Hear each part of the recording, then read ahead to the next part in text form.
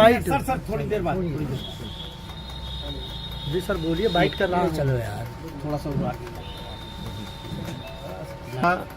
सौभाग्यशाली हूँ कि आज जो रात बीती है, 1 बजे रात को माननीय बहन जी ने मुझे टेलीफोन किया और अपने आशीर्वाद से नवाजा कि आपको मैं फिर जौनपुर संसदीय क्षेत्र से पार्टी का उम्मीदवार बना रहा हूँ, अपने कागज वगैरह तैयार कर दो। तो मैं आज तो सुबह निकलने वाला था बाहर के लिए, लेकिन इस संयोग की बात है कि उनका टेलीफोन आ गया रात को, तो मेरे सब पेपर्स वगैरह तैयार हैं।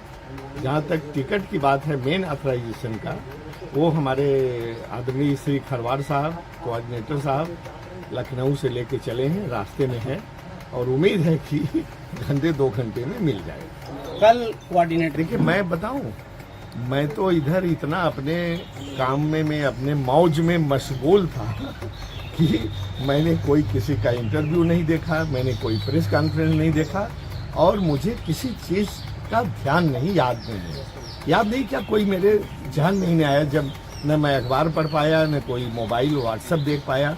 ये तो रात को मैं सो रहा था, जल्दी सो गया था, इसलिए आज सुबह मुझे निकलना था बाहर आउट ऑफ स्टेशन, लेकिन रात को ही 1 बजे टेलीफोन आ गया।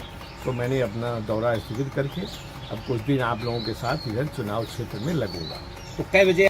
मुझे उम्मीद है कि 1 बजे के पहले आ जाना चाहिए। मेरे कागज पत्र तैयार हैं और 1 बजे के आसपास नामांकन करूँगा। श्री कला अब मैं क्या कहूँ, जब तक मेरे हाथ में नहीं आता।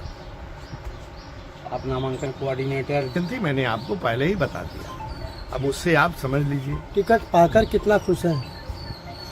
नहीं, हम बहुत खुश हैं। वैसे तो आपको मालूम है, आप लोगों के सामने कुछ चंद महीनों पहले मैंने चुनाव न लड़ने की घोषणा कर दिया था, लेकिन मैंने कहा था कि जब तक कोई व्यक्ति, कोई पार्टी मुझे ज़्यादा जोर नहीं देगा तब तक मैं चुनाव नहीं लड़ता। लेकिन माननीय बहन जी का जो मुझे टेलीफोन आया, उन्होंने कहा कि आपको लड़ना है, उनकी तरफ से ही आया, तो आप समझिए कि मैं कितना सौभाग्यशाली हूँ।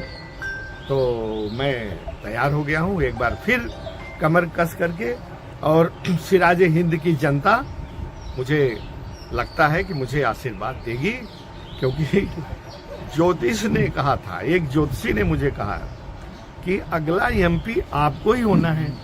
तो मैंने उससे सवाल किया कि यहाँ टिकट तो मिला नहीं, तो कैसे एमपी बनूंगा भाई?